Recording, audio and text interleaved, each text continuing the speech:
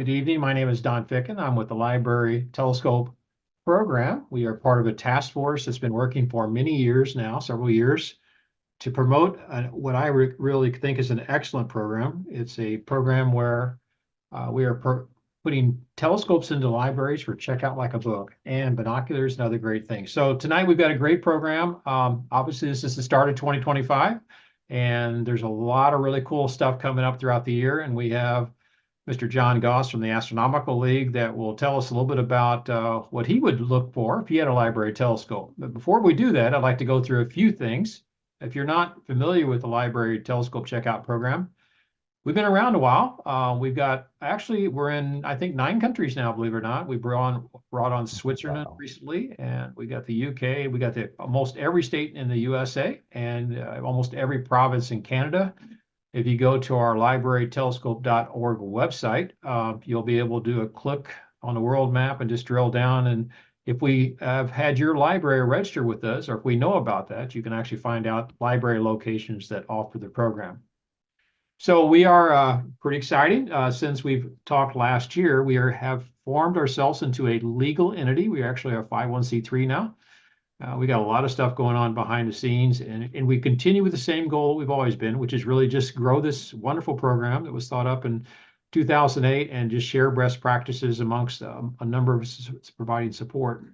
We offer a lot of resources. If you go to our website, which is librarytelescope.org, there's a lot of how-to things to do. And on Facebook, which is where most of you are right now, we have nearly 7,000 followers. We have lots of cool comics and just stuff astronomy related, library telescope related. We also encourage you to visit our website and just sign up to get email alerts. So we have a lot of things coming up. In the future, we actually have a contract with a supplier, High Point Scientific, to build us a custom telescope for our program, and they'll be working with us to provide repair parts. They are working with us to do some videos. Not only they will be doing some videos, but we will be doing some stuff. We're working on some training, which we call ambassadors, that'll be trained to support libraries, and we hope to fund some grant programs. So lots of stuff going on. So this really makes a good start to 2025. If you haven't checked, there's a really cool map. In fact, Mr. Goss right here is the one that creates this map that we put on our Library Telescope website homepage. You can download, and it gives you a map of the stars in the sky and big things coming up. So it's really a nice, concise resource just to really visit. And usually there's some cool events that he makes up a couple of extra charts for. We've been doing these webinars by the way, for quite a while.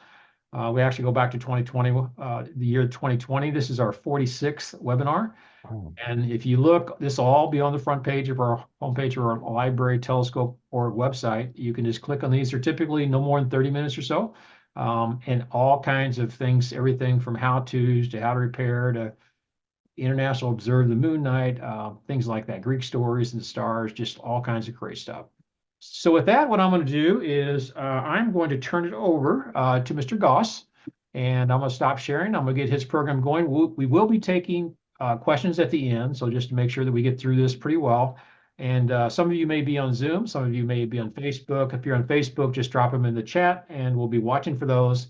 And if you're on Zoom, then we'll be watching those on our Zoom. So I'm going to stop sharing, and Mr. Goss, if you can bring up your stuff. Great. Before I bring up my slides, I want to thank you for having me on. I'm pretty excited about being on because there's a lot of cool stuff going on with this program. And one of the things is talking about all the interesting sky sites that are coming up in 2025. Yeah. And we're going to start right out on this. And I got one to start. That's pretty cool that I'm going to start with right now. So let me see if I can get all that started for you. Okay. I am hoping very much that you can see my presentation here. We're talking about the best of 2025. Yep, and my problem is that I have to narrow it down quite a bit because there's a lot of really cool stuff coming up. Right now, tonight, and for the next few weeks, we're going to go into Venus. Venus is the brightest object in the night sky next to the moon.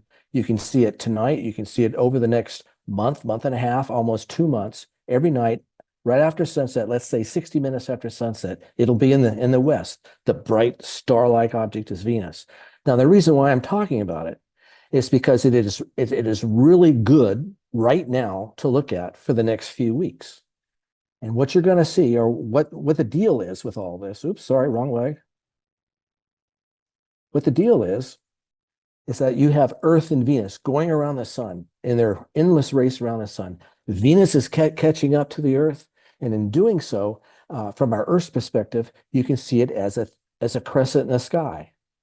As the time goes on, as the weeks go by late February, the crescent gets thinner and thinner. Early March, really thin, and then Venus passes between the Earth and the sun. You can't see it. But then a few weeks later, it pops out in the morning sky. So what do you see now? Start, did it again. Okay, what do you see right now? Well, early February, which is, well, we're still in late January, but it's still going to look like this. It's going to be on the graphic on the left-hand side. Aim your telescope, aim your library telescope at it. You can use the full zoom power if you want, or to back it off, and you're going to see almost a half, I'll call it a half moon. Now remember, it's not the moon. This is the planet Venus you're looking at. It's kind of a crescent shaped. But as February progresses, the crescent gets thinner and thinner, while the planet itself, the diameter of the planet, gets bigger and bigger in the eyepiece. That's doing so because Venus is catching up to the Earth and getting closer. By the time early April gets here, it's going to be a very large diameter, a very thin crescent. Then, as I said earlier, it goes between the Earth and the sun, pops out in early April or something like that as another thin crescent. Then it gets a thicker crescent, and it gets smaller and smaller as Venus pulls away from Earth. This is something that's happening right now. So if you have one checked out right now, go ahead and use it. Maybe not tonight, but tomorrow night or the next night or the next clear night. Try looking at Venus here.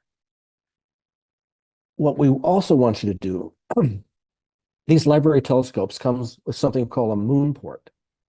The reason why I'm bringing it up is because through a telescope, Venus is really bright, and you'd have a lot better experience, more comfortable view if you use the moon port, which is essentially the cap that fits on the front of the telescope with a smaller cap that pops right off that lets a smaller amount of light in. It reduces the brightness, I don't know, 80%, something like that. But that's still bright enough to look at. It makes it a lot more comfortable for you. Now let's jump another few weeks, February 6th. Well, actually, it's February 5th. It's the overnight between the 5th and the 6th. You're going to have our moon covering up the Pleiades star cluster. So if you look in the west after midnight on the 5th, or actually it'd be early morning on the 6th, this is kind of what you're going to see, the graphic on the left. Use your binoculars, you'll see the graphic on the right. You see the moon, the bright moon, slowly pulling in front of the dim stars of the Pleiades cluster. It'd be pretty neat to look at. Through the telescope, through your library telescope, this could be any of these library telescopes.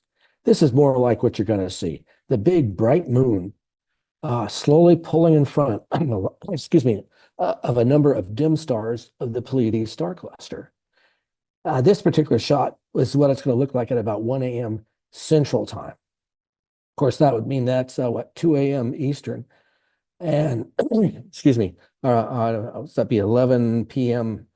Pacific time. So this is a great thing to look at. See if you can do it with your library telescope. One of the big things that's going to happen this year, these things are always cool, total eclipses of the moon. This library telescope really is one of the best ways of looking at this because it has such a nice wide field of view. You can fit the whole moon in it and then some. So you can watch the moon slowly slide into the Earth's shadow, gets dimmer. It looks pretty cool as time goes on. This is on the overnight of March 13th and 14th. Of course, you'll be able to find the full moon in the sky, so it's pretty easy to find. This is kind of what it looks like.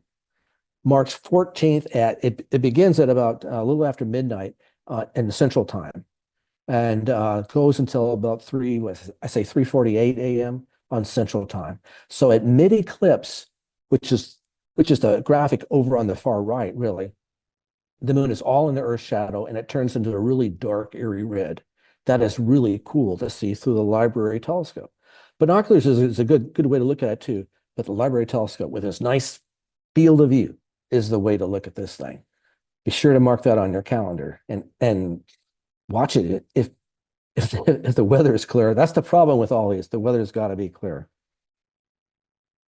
Every year in April, we have what I call the most captivating scene of the year. April 1st, April 2nd, looking towards the west, you're going to have, again, the Pleiades star cluster, the delicate star cluster that it is, with a thin crescent moon next to it. You'll have the bright star Aldebaran and another cluster of stars called the Hyades. You'll have the bright planet Jupiter above them all. And it gives a really captivating scene to look at. So you can take your telescope and look at the moon, look at the Pleiades, look at Jupiter. It'll be a really, really cool evening to try it out for you. Let's move on to May. May 3rd, we have the red planet Mars, which is fairly bright in the sky, will be progressing next to what we call the Beehive star cluster. But more importantly, again, you'll have that crescent moon sitting right next to Mars. Look through it through binoculars, and you can see the Beehive cluster along with the planet Mars and the moon. But what does it look like through a library telescope? Well, you can fit both Mars and the moon in the same field of view. It's going to look something like this. The moon will be much brighter, but yep, just think about it. You're going to be seeing the moon and Mars.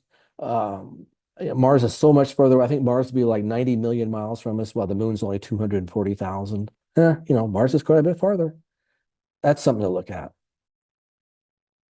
Let's jump to August. August has a couple things.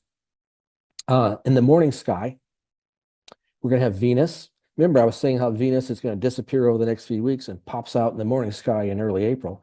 Well, here it is now in August. It's still in the morning sky, and it's now meeting up with Jupiter. Through binoculars, you can see them together, yes. But through a library telescope, low power, you can see both these planets together. Venus, which will be pretty bright. You won't be able to see any detail on it, but it's still a planet. And you got Jupiter, and if you look closely at this, you can see it has 4 little moons all in a row right next to the planet.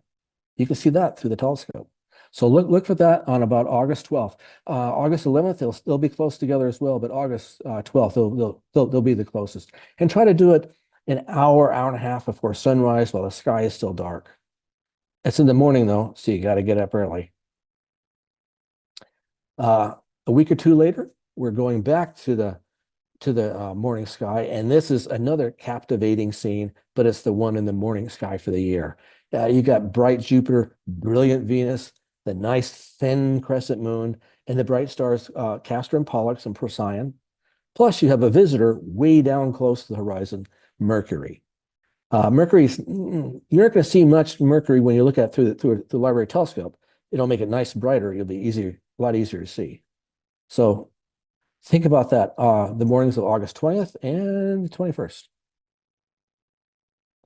Now, September, we got another meetup here of the crescent moon and Venus and a bright star called Regulus. This is in the morning sky. The graphic on the left shows what you're going to see if you step outside your door, look east at 60 minutes before sunrise. The one on the right shows through binoculars. But what does this look like through a telescope? Well, you'll be able to catch them all 3 of these objects at the same time in the same field of view. So that'll give you a pretty interesting scene to see. What I have written down here is 90 minutes before sunrise. So if you're up that early on September 19th and you got your telescope ready, take it outside. And as you know from using this telescope, it's pretty easy. It's very portable. Pretty easy to take outside and set up in, I don't know, 2 minutes. Get this thing going. So it's an interesting way of starting your day. You see this starting it out. You go about your day, you can tell people you meet what you did in the morning, and I bet you they didn't do something like this. So that's pretty cool. I would like to tell you about how great Saturn will be. And it is, but it'll be different this year than what you've seen in the past few years if you have actually seen Saturn before. The reason, what I'm alluding to here, is that Saturn has a 29-year orbit around the sun. it maintains its actual direction always the same, always in the same direction as it goes around the sun. So that means its rings, from our point of view on Earth, the rings tilt differently at different points along its orbit. As you can see from this diagram in where we at? 2025. Okay, from Earth, the rings appear edge on. So you're gonna have the planet, the round planet, with a bright line going across it, which are the rings. You won't have these open up rings like you see in the year 2046 or 2031. But next year things will get better and better and better as the years progress.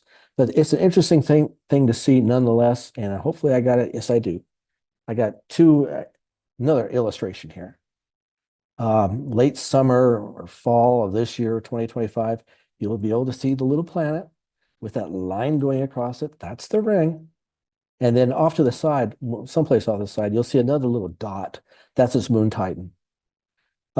Next year, however, 2026, the rings begin to open up more, and you'll have I guess, a better view of the rings. But the line feature happens only twice every 29 years. So it's not rare, but it's not common either. So it's something to see, something to check out. And what are we up to? We're in the fall. Let's see what else I got here. Ah, yes. The International Observe the Moon Night and Week, which we have the Library Telescope involved with this. That happens to be in September, late September, early October. A number of nights that week, the moon is well placed in the sky to see with the telescope. And as I recall, we'll be able to see Saturn again with that little line going across it. That'll be something to see as well. So think about participating in this and take your time to look at the telescope or not telescope. Look at the moon this week. See what you got. Now I'm gonna see. I've gone through these really quickly. I get pretty excited about it. But here's one more feature, which would be tonight or any night over the next few weeks, over the next really 2 months, the Orion Nebula. Don was alluding to a map that's on the Library Telescope website that shows where things are in the night sky. The Orion Nebula, also called M42, is plotted on that map. It's pretty easy to find if you can find the Orion Nebula, or excuse me, the constellation Orion, which is kind of midway up in the sky in the south this time of year at, I don't know, 8 o'clock, 9 o'clock, something like that. But find the Orion Nebula, look at it through the telescope at 60 power, or excuse me, at 20 power, which is the graphic on the right. You'll see the entire nebula and a bunch of other stars tossed in for good measure. Then slowly zoom in on it till you're at 60 power. And there you can see a lot of the detail in the nebula. You can see, at least from on my screen here, I can see 4 faint stars kind of all in a little box right in the center of the nebula. That's called the trapezium. And those are 4 stars that have been recently born from the gases and dust in that nebula. Bunch of other stuff in there as well. A lot of detail can be seen with a little telescope like the Library Telescope. So with that, I'll turn it back to Dawn and see if we have any questions. I'd be happy to answer if I can.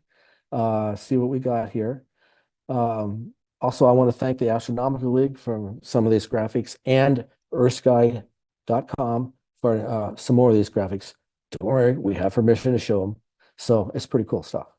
So Dawn, any questions? Anything you have to say about any of this? Well, first off, so this is an exciting year, and it's I haven't been doing astronomy for that long, and I guess I'm just now getting to the point where I'm seeing Saturn's rings on their edge, and it's a little different, really, isn't it? I Yeah, mean, oh, it is. I know people like seeing when they're open up like this, but really when you just see the edge, that line going across it, that's pretty interesting too, especially when you know what's going on and how it's due to Saturn's orbital or Saturn's tilt to its orbit. That's how we see it from Earth. So it's pretty cool. yeah. Did you had a map of the sky in there? Did you not, or was there an example of your map in there? I guess I don't remember if you Uh, had a map in the sky of this in this particular presentation here. I guess that was mine. It was my yeah, presentation. yeah, yeah. No, I didn't include a all sky map on this one. Yeah, yeah. So a question that you're going to have, I guess, is how dark disguise do you actually have to see some of this stuff, right? So in other Sure, words, sure. do I need to go outside of town for ways, or do I need hmm to be hmm in town, or what do you think? Um, the majority of events that I just covered, you can see it from an urban area, maybe not in downtown brightly lit, but Hmm. if you're kind of in probably in a residential neighborhood, you could see this. Of course, you can see the moon, um, Mars and Jupiter and Venus. Venus would be easy to see. Uh, the Orion Nebula I was just talking about, you're going to have a darker sky to fully appreciate it. You will be able to see it though, probably from a darker urban sky, certainly suburban skies. But it's always nice to have the darkest skies you can get. But you're looking at the moon, it's easy to see any place really, even in the Right. daytime. So the planets, there was this big thing in the news recently about how the planets lined up at one time, right? So Mhm. is that a common occurrence? Is that something that happens a lot where the planets all line up? I'm sure we have some people out there kind of interested in how that really works, and is that really Sure, unusual, right? sure. Well, it- yeah, yes and no. The planets are lined up, stretched across the sky. You can't see Uranus or Neptune with the unaided eye, Right. but Venus is really easy to see. Saturn is disappearing in the west, and that's fairly easy to see. Jupiter is easy to see. Mars is easy to see, and they all kind of lined up. But in a three-dimensional space, if you're if you look down on the plane of the solar system, the planets are nowhere in a line. And in a sense, from our point of view, the planets are always in a line because they're always spread across the plane of the solar system. The sun might be between some of these points of the planets, but they're always in a line. Last May and June, just the opposite happened. There were no planets in the night sky. And so they're all going around the sun at different speeds. So, it happens now and then.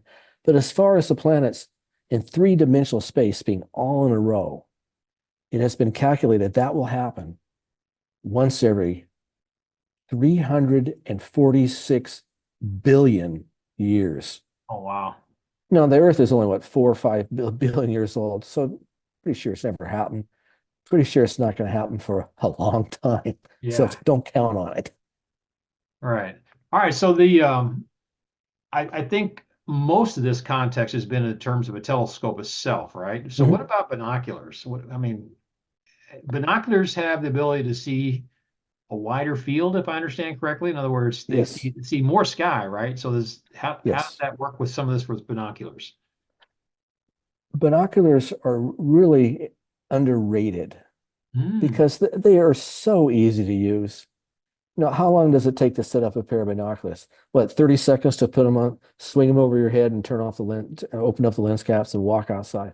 Right. Binoculars will show of 5 to 6 degrees field of view, while the telescope, this little telescope, will show two degrees field of view, which is really good.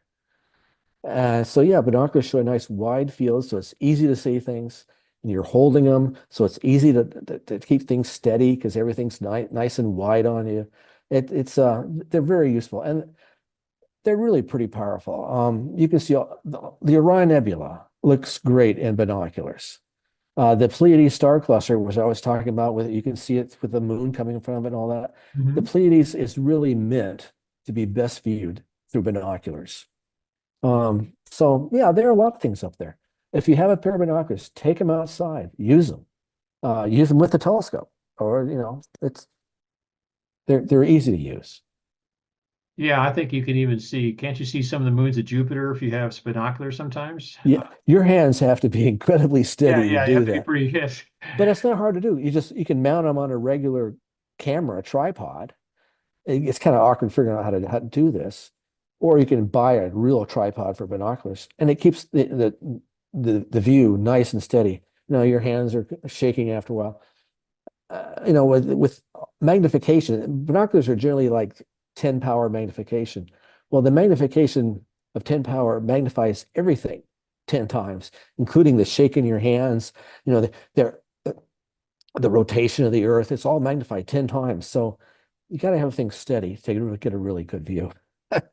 So your sky charts, the ones that you do, just want to make Yes. sure that I understand how that works, right? So they really depict the sky at a particular time at night because the sky, if I'm correct, changes pretty quickly through Yeah. the night. Is that Well, the right? Earth goes around the sun, and so from our standpoint of Earth, being on Earth, we see different areas of the sky throughout the year, slowly progressing as we go around the sun.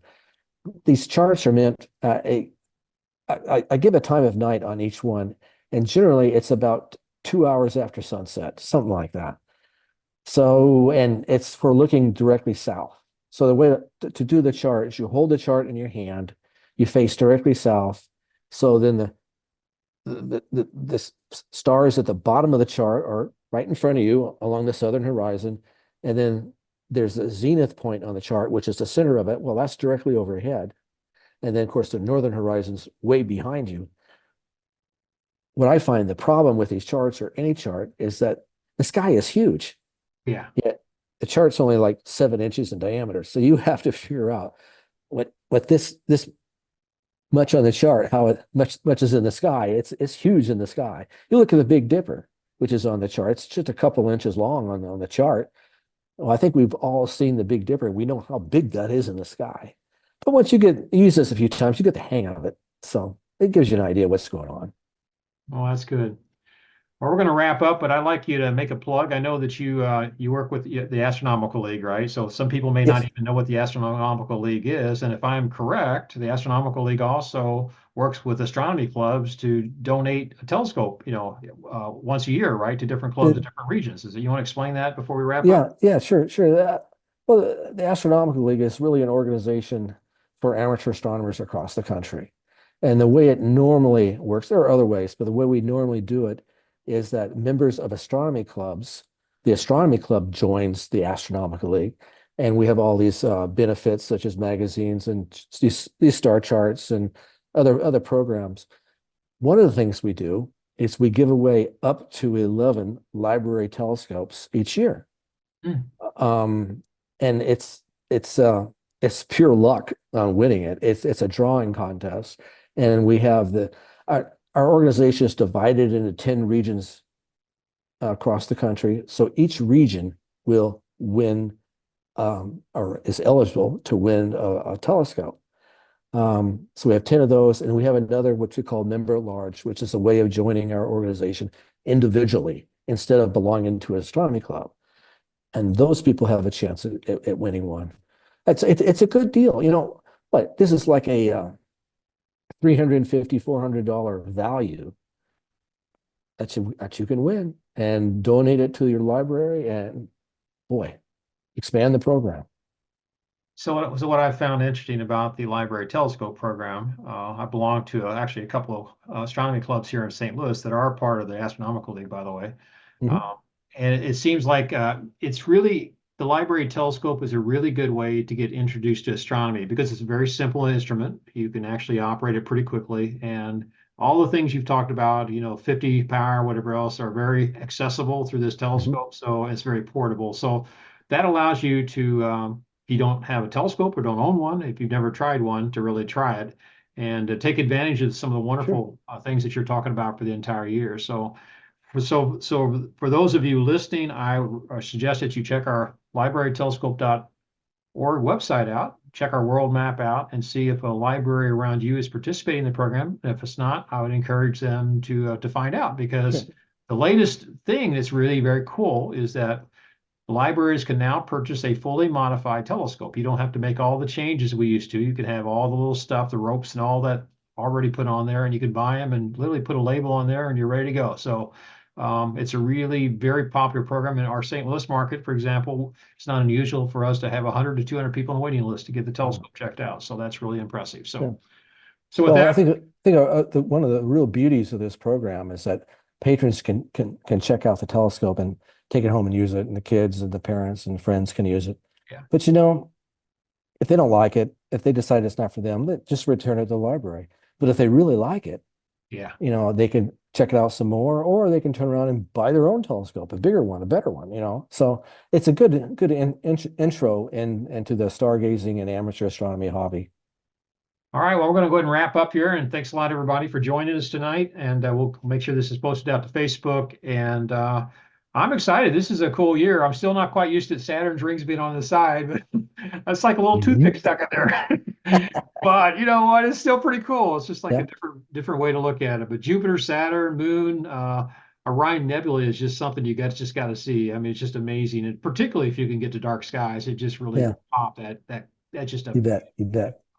very easy to find. Once you see it for once, you'll never forget how to find it after that. You'll know exactly what it looks like. So after that. So, all right. So we're going to go ahead and wrap up. John, thank you so much for once again. You always kick off our year and do a wonderful job of explaining the year and what's kind of coming up. And we'll get this posted out on Facebook. And Well, thanks for giving me the opportunity to be on. That was yeah, great. well, thanks a lot. It's always good to have you.